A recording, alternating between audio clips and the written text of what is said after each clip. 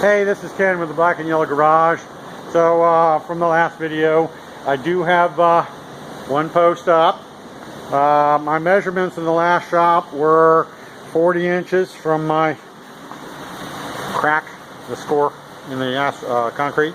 So I came over 40 from what was a mark, down here. We went 129 off of that. Maybe a little different from the other shop, but from those two, all I did was put a dot 40, squared it off with 129, okay, and then I popped the chalk line. So I went basically off the other side of the door here, out 129, and from the tape measure I put two dots. Not sure if it's perfectly square, but I had the two dots down that end, two dots down this end. The chalk line went across both dots, so that's square enough for me for right now. And this first post has the notch in it. I don't know if you can see that. Okay.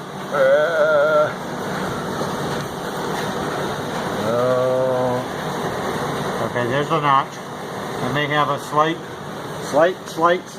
adjustment on that. But on that side, and that's the mark. From I have a Sharpie mark up underneath this with the straight edge, so that's the other mark. Now whether I'm exactly 40 doesn't really matter. What I am concerned about is being in line with the door. Okay, so I'm satisfied with that. So this side is set.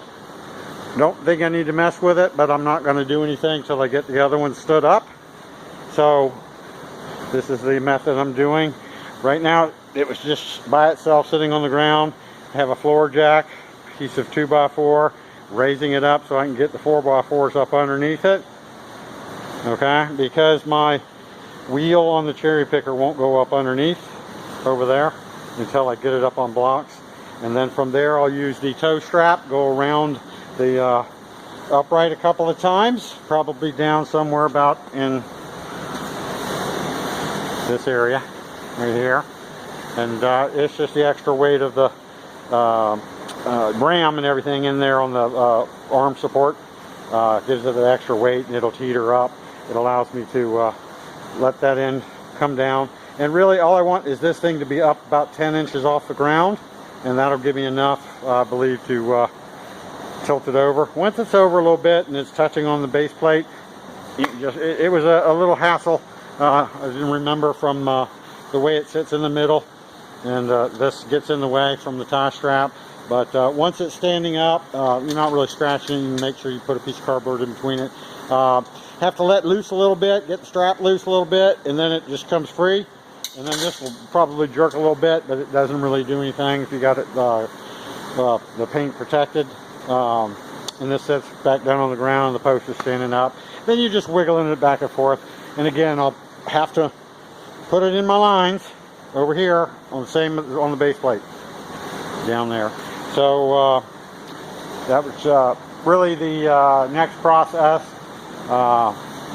is to let the post sit, go up with the cross beam and lay it in there, bolt it together.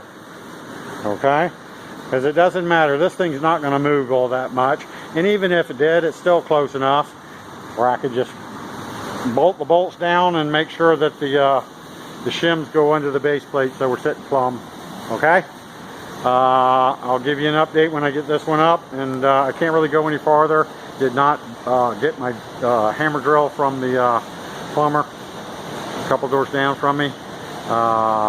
The bit that I used to install the lift in the old shop, I put it in his box, so he has the bit and the drill for the installation. But I'll give you an update later. Bye-bye.